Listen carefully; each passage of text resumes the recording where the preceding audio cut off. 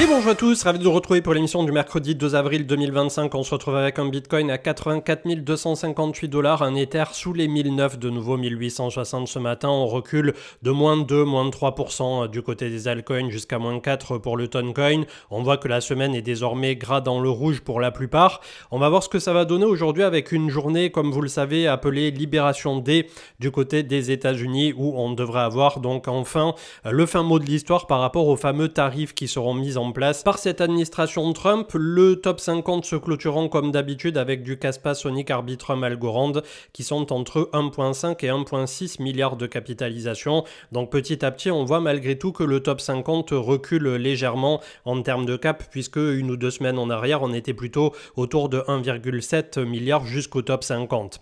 Du côté de l'action de prêt en 4 heures, on continue de casser la volatilité. On voit qu'on a une grosse trend petit à petit qui est en train d'écraser littéralement le cours. On est désormais cloisonné entre en bas les 76,5 et en haut on n'arrive pas trop à reprendre les 86 à 89. On avait eu le petit pump Trump le fameux dimanche 2 mars qui nous avait conduit à 94-95, mais depuis on voit que ça fait un peu le yo-yo et qu'on est en train à nouveau de casser la volatilité du côté de Bitcoin avant, semble-t-il, d'avoir un retour en bonne et due forme. On a le Crypto Fear and Greed qui est à 44 sur la neutralité et on va avoir aujourd'hui donc une journée un peu plus volatile probablement qu'à l'accoutumée, à ceci près que les marchés anticipent aussi vachement ce qui pourrait se passer demain. Donc tout autant aujourd'hui peut-être qu'on n'aura pas le fameux dump tant espéré par beaucoup ou que beaucoup n'aimeraient pas voir. Et donc c'est officiel, Circle, émetteur du fameux USDC, dépose un dossier d'introduction en bourse. Ça sera la plus grosse intro depuis Coinbase, qui ont aussi des ramifications au sein de Circle, comme vous le savez ou non. Et d'un point de vue nomenclature, donc le fameux ticker qu'on tapera nous du côté de TradingView, ça sera référencé sur le NYSE et ce sera CRCL lorsque ça sera enfin échangeable. On n'a pas plus d'informations pour l'instant. Pour ceux qui l'ont pas encore fait, la mise à jour d'iOS 18.4 sur l'iPhone permet désormais, et notamment en filaire, d'avoir tous les contenus en haute qualité. Donc n'hésitez pas à les tester, j'ai trouvé ça plutôt intéressant et la qualité du son est plutôt pas mal. On a Grégory Raymond qui nous a fait un long post par rapport à ce jour historique aujourd'hui et toutes les implications que ça pourrait avoir vis-à-vis de ces tarifs douaniers qui vont être réciproques, puisque vous vous doutez bien que c'est pas les États-Unis d'un côté et le reste du monde de l'autre. Donc je vous invite à consulter ce très long post de Grégory, mais qui pose très bien les bases de justement ce qui risque d'arriver ensuite, et je pense qu'on n'est pas au bout de nos surprises. L'arrivée sur Swissborg de la profondeur de marché au moment du passage d'ordre, donc très sympa, puisque on saura exactement en fonction du token qu'on achète combien il y a de liquidité à plus ou moins 1%, et vous pouvez regarder comme ça 2%, 5%, 10%. Alors pour un truc comme XRP, on voit qu'il faut beaucoup d'argent pour que finalement le cours évolue positivement ou négativement, mais quand il s'agit de low cap comme on les appelle, effectivement vous verrez que les sommes sont beaucoup plus dérisoires et vous pouvez voir aussi la liquidité disponible et peut-être le prendre en considération justement pour ne pas rentrer ou sortir sur des alts qui malheureusement n'ont pas la liquidité adéquate. On a Bob Lucas donc, qui nous parlait du fameux bull run du côté du S&P 500. Est-ce qu'on va revenir jusqu'à un point bas des 4008 qui avait été longuement travaillé avant le franchissement et donc la continuation? Derrière, dans tous les cas, comme on peut le constater depuis des décennies, on a un marché américain qui continue de progresser. Malgré tout, ça peut aussi arriver, et finalement c'est un peu le son de cloche négatif qu'on lit en ce moment du côté des réseaux sociaux. On peut parfois en bourse avoir une décennie perdue. Alors est-ce qu'un jour ça arrivera aussi pour les crypto-monnaies avec très peu de volatilité par rapport à ce à quoi on a été habitué? En tout cas, je pense, sans trop m'avancer, qu'actuellement ce que vont jouer les opérateurs, et notamment du côté du marché américain, ça va être la peur pour pousser les marchés dans un certain sens un certain temps, et derrière ça va nous parler de récession, la Fed va être obligée de baisser les taux, peut-être d'imprimer un peu pour relancer. Donc c'est un mal pour un bien dans un premier temps. Ça permet aussi d'épurer tous les excès qu'on a eu, et notamment du côté de la tech, des Nvidia et consorts ces derniers trimestres. Et aujourd'hui, on est dans cet attentisme où au final, on ne sait pas à moins de 10% si le S&P 500 a terminé ou si on va aller plutôt sur un moins 20% bien tassé. CryptoGoku, Mastercard qui construit un réseau de paiement basé sur la blockchain ciblant les banques et consommateurs pour les transactions fiat to crypto transparentes. Donc eux, c'est pas la première fois ni la dernière, et petit à petit, ça avance aussi par rapport au réseau de paiement. On a ETH en mensuel au niveau de son RSI qui est sur un support extrêmement extrême long terme. Donc les 2 dernières fois, c'était un point bas, donc à voir ce coup-ci, puisque récemment, contre le dollar, on était sur un double point bas qui avait été fait autour de 1770 $, si je dis pas de bêtises. C'est trop tôt pour en parler. Quand on regarde face à Bitcoin, c'est catastrophique. Donc voilà. Ether, ça va être, on part de très loin et j'espère qu'on finira par renverser un petit peu la vapeur. Info économique qui nous parlait également du jour de la libération. Donc pareil, un post bien étayé que je vous invite à consulter. Tether, société émettrice notamment de l'USDT, qui a acquis 8888 bitcoins au premier trimestre 2025. Cela représente 750 millions de dollars et ça vient s'ajouter aux milliards qu'ils possèdent déjà en crypto, et c'est uniquement financé grâce au rendement de leur placement sur les bons américains au trésor, une vraie cash machine, et ils injectent au fur et à mesure tout ce qu'ils ont en excédent ou tout ce qu'ils ont en profit pour racheter du bitcoin. Donc clairement c'est complètement fou cette histoire. 12 ans en arrière, c'était Watcher Guru qui mettait ça en avant, le bitcoin franchissait les 100 $ pour la première fois, ça paraît loin.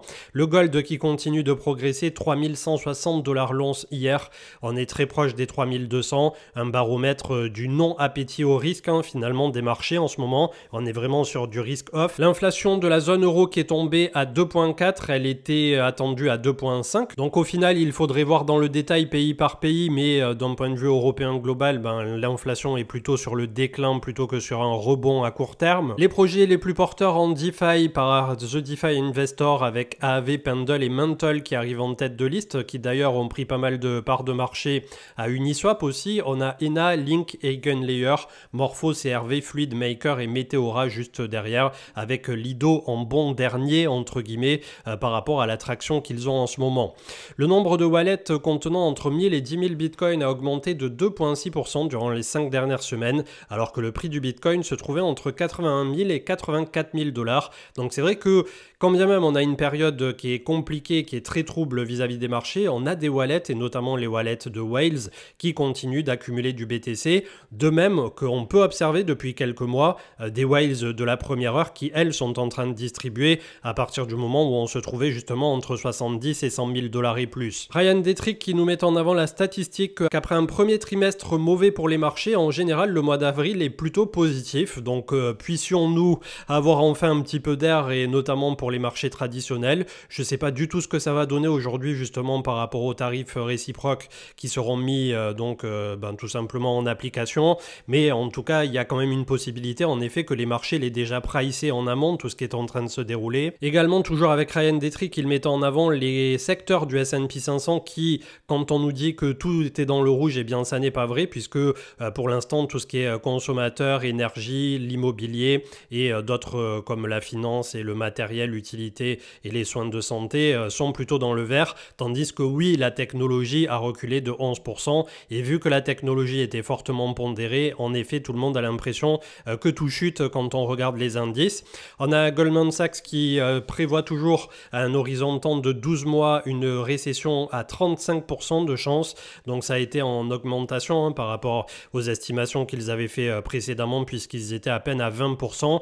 Là aussi, c'est pour faire peur à tout le monde. Il y a assez peu de chance, je pense, à aujourd'hui, vu la rapidité d'exécution qu'a la finance et la rapidité aussi que peuvent déployer les gouvernements en termes de contre-mesures si d'un seul coup on voit justement la sphère financière s'affoler. Il y a assez peu de chances que ça arrive, mais 35% c'est suffisant pour faire peur à tout le monde, et en ce moment on sait à quel point chaque mot peut avoir son importance. On avait The Kobe Oscillator qui nous mettait en avant que le ratio ETH-BTC est tombé à son plus bas depuis 2020-2021, donc je pense qu'on l'a tous vu.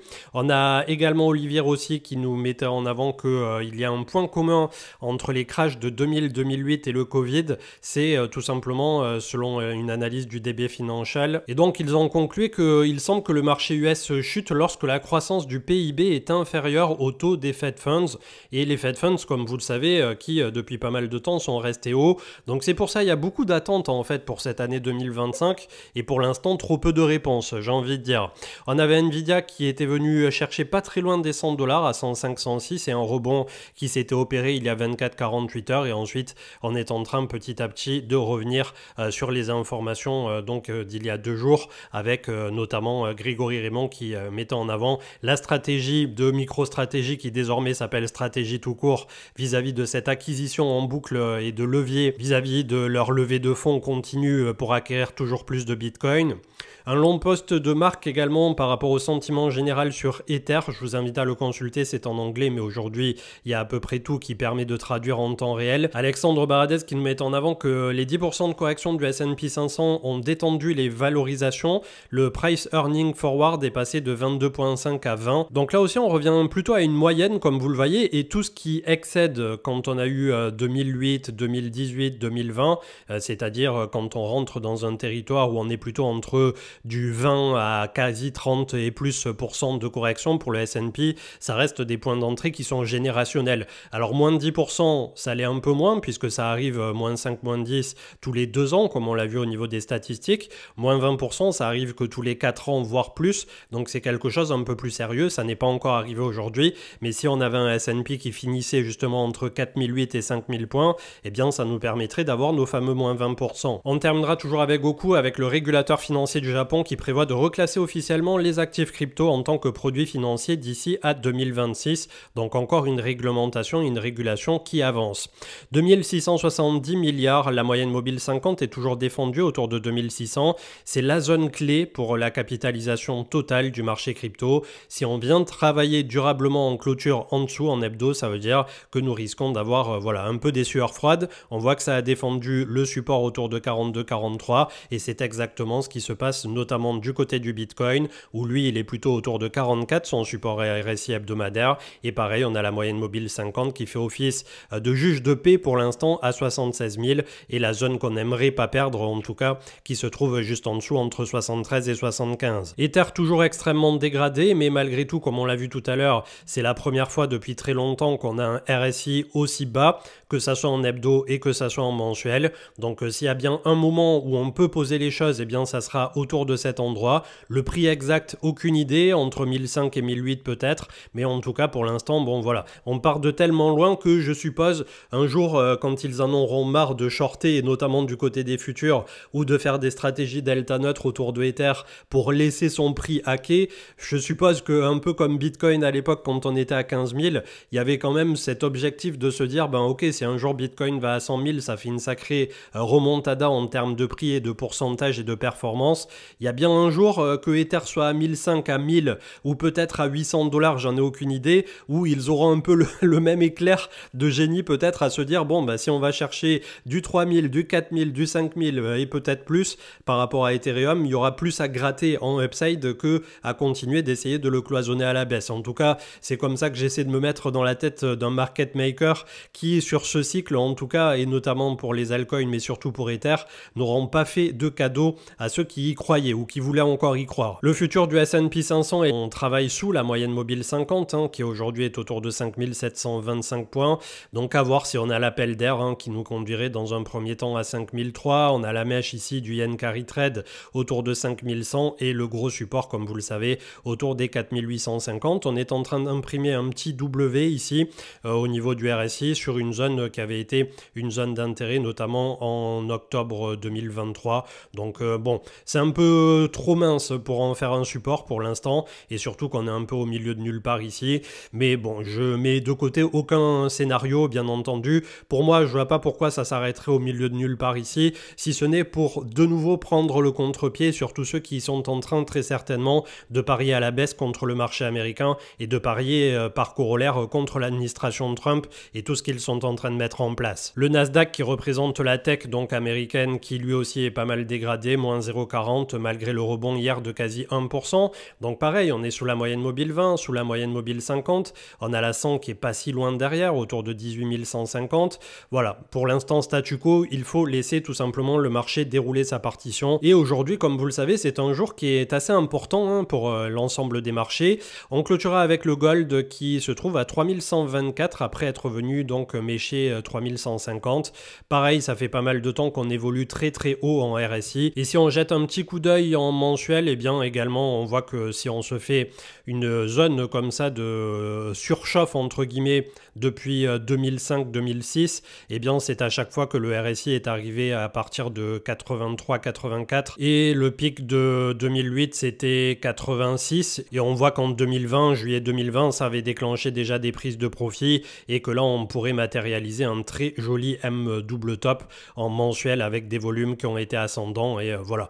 Il y aura tôt ou tard une correction assez majeure pour le gold qui là aussi est en train au final exactement comme n'importe quel actif de bénéficier de toutes les phases que l'on connaît, la phase d'aplat où plus personne ne s'y intéresse, la phase primaire d'envolée où on commence tout juste à en reparler, la phase dans laquelle il y a un FOMO aussi un peu institutionnel et étatique, et derrière là en dernière ligne de compte, c'est encore ce que j'ai lu sur une revue financière il y a même pas quelques jours de ça, il conseillait de rentrer sur le gold. Donc quand on regarde le RSI mensuel, rentrer sur le gold là immédiatement, si vous êtes là pour 50 ans, pourquoi pas, why not, mais si vous jouez le un peu plus court moyen terme, je suis pas sûr que ça soit l'idée du siècle, si ce n'est pour faire le 1-2-3% d'un fonds de portefeuille ou de patrimoine pour préserver justement du capital, mais pour spéculer purement et simplement là sur le gold, on attendra bien entendu que tout ceci dégonfle exactement comme parfois il faut le faire du côté des autres marchés.